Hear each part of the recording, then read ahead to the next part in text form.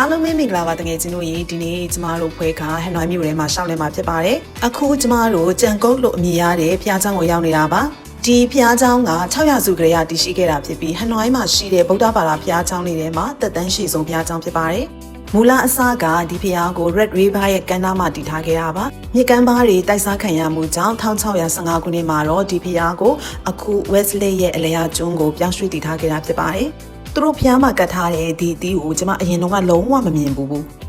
ဒီတီးရဲ့ပုံသဏ္ဍာန်ကဖျားရဲ့လက်ချောင်းလေးလိုမျိုးဖြစ်နေတဲ့အတွက်ဗုဒ္ဓဆင်းလို့ခေါ်တဲ့ဗီယက်နမ်လို့ဆိုရင် foot to ပေါ့နော်ဒီတီးကကံကောင်းခြင်းတွေငြိမ်းချမ်းခြင်းတွေကိုကိုးစားပြုတယ်လို့ဗီယက်နမ်တွေကယုံကြည်ကြတဲ့အတွက်ဖျားလေးမှာပူဇော်လေးရှိတယ်လို့သိရပါတယ်ဖျားเจ้าရဲ့အထင်ကြီးကအထက်17ထပ်ရှိရဲ့အနေရောင်စီတီဖြစ်ပါတယ်အထက်တိုင်းမှာအဖြူအောင်စင်တူတော်တွေကိုထပ်သွင်းပူဇော်ထားပါတယ်အခုကျမတို့ဟန်နွိုင်းမှာတမိုင်းဝင်နေရာတစ်ခုဖြစ်တဲ့ထန်းလုံရှီအောင်နန်းတော်နဲ့ခန္ဓာနေရာကိုရောက်နေတာဖြစ်ပါတယ်ဒီနေရာကလွန်ခဲ့တဲ့နှစ်ပေါင်း1000ကျော်ကတည်းကရှိခဲ့တာဖြစ်ပြီး UNESCO စာရင်းဝင်နေရာဖြစ်ပါတယ်ဒီနေရာကနေလီချန်လေးမက်ငဲ့ကျန်ဆိုတဲ့မြစ်ဆက်တရားနေစပြီးတော့ပြင်သစ်ကိုလိုနီစန့်ကျင်ရေးကာလအထိဒီနိုင်ငံရဲ့အရေးကြီးတဲ့တမိုင်းဖြစ်ရပ်တွေကိုတက်တည်ပြနေခဲ့တဲ့ရှေးအောင်ဝင်နေရာတစ်ခုဖြစ်ပါတယ်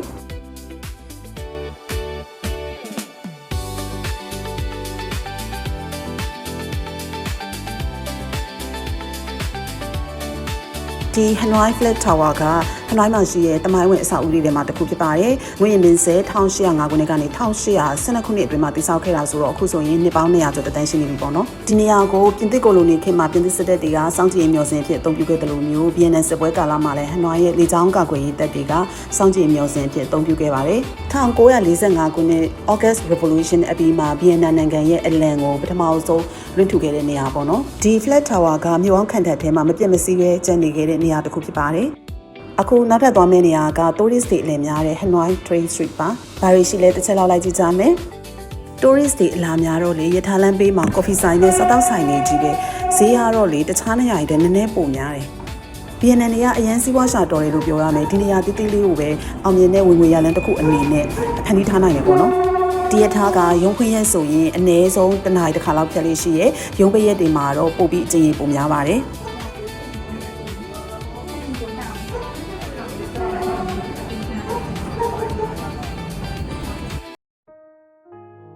အခုကျမတို့ကရှေးဟောင်းစာတင်ကျောင်းရဲ့အရှိမရှိတဲ့ဗန်လို့အမည်ရတဲ့ရေကန်ကိုသွားနေရဖြစ်ပါတယ်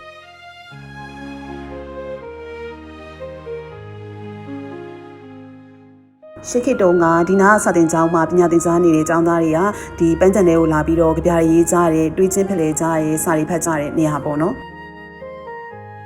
အခုတော့ local တွေနဲ့ tourist တွေပန်းဖြည့်တဲ့နေရာတစ်ခုဖြစ်နေတာပေါ့နော်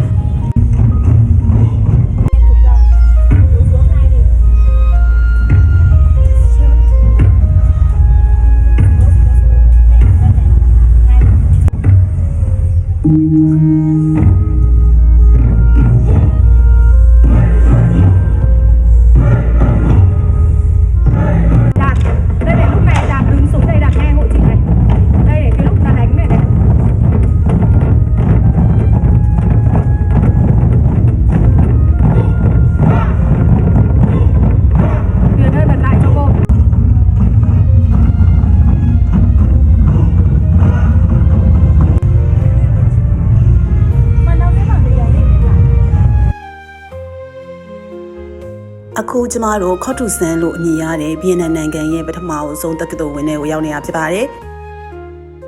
ဒီနေရာကိုလီမင်းဆက်လက်တဲ့1080ခုနှစ်မှာတည်ဆောက်ခဲ့တာဖြစ်ပြီးတော့မှဗီယက်နမ်နိုင်ငံရဲ့ပထမဆုံးတက္ကသိုလ်ဖြစ်နာမည်ကြီးပါတယ်။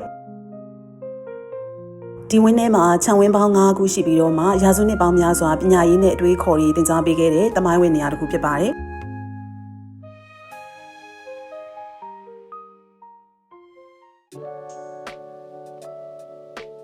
အခုကျမတို့နောက်ထပ်ရောက်နေတဲ့နေရာတစ်ခုကဟိုချီမင်းကိုဗိမန်မှာဟိုချီမင်းရဲ့နောက်ဆုံးစန္ဒာရဆိုရင်သူတည်သွားပြီးတဲ့နောက်မှာသူ့ရဲ့ပြာကိုဗီယက်နမ်မြောက်ပိုင်းအလယ်ပိုင်းတောင်ပိုင်းအဲ့ဒေသ3ခုမှာထားစီချင်တာပေါ့နော်ဒါပေမဲ့အဲ့ချိန်တုန်းကပါတီးလူတွေနဲ့ပြည်သူလူထုကအများပြည်သူဂါရဝပြုဖို့အတွက်ကိုဗိမန်နဲ့ပဲထားမယ်ဆိုပြီးတော့ဆုံးဖြတ်ခဲ့ကြပါတယ်ကဲအခုကျမတို့ဟနွိုင်းမျိုးရဲ့အရန်စီကားတဲ့ဦးတောင်းနေရာကိုရှောက်လဲကြမယ်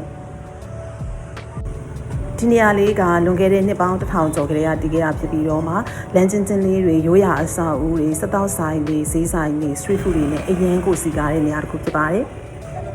ဗီယက်နမ်ကဘရာဇီးပြီးလို့ရှိရင်ကမ္ဘာပေါ်မှာဒုတိယကော်ဖီအထုပ်များဆုံးနိုင်ငံပေါ့နော်ဒါကြောင့်ဗီယက်နမ်ရောက်လို့ရှိရင်သူတို့ရဲ့ရိုးရာကော်ဖီကိုတောက်ကြည့်တဲ့နဲ့ဗီယက်နမ်လို့ပြောလိုက်တာနဲ့လူတွေကကြောက်ကော်ဖီကိုပဲပြင်းပြင်းကြတယ်ကျမကတော့လေ salted coffee ကိုပိုကြိုက်တယ်ပိုအရသာရှိပြီးတော့တောက်လို့ကောင်းတယ်ဒီဗီဒီယိုလေးကဟန်နွိုင်းမှာလဲပြခဲ့တဲ့အတွေ့အကြုံတွေကိုမျှဝေပေးတာပါနောက်ဗီဒီယိုမှာပြန်တွေ့ကြမယ်နော်အားလုံးကိုကျေးဇူးတင်ပါတယ်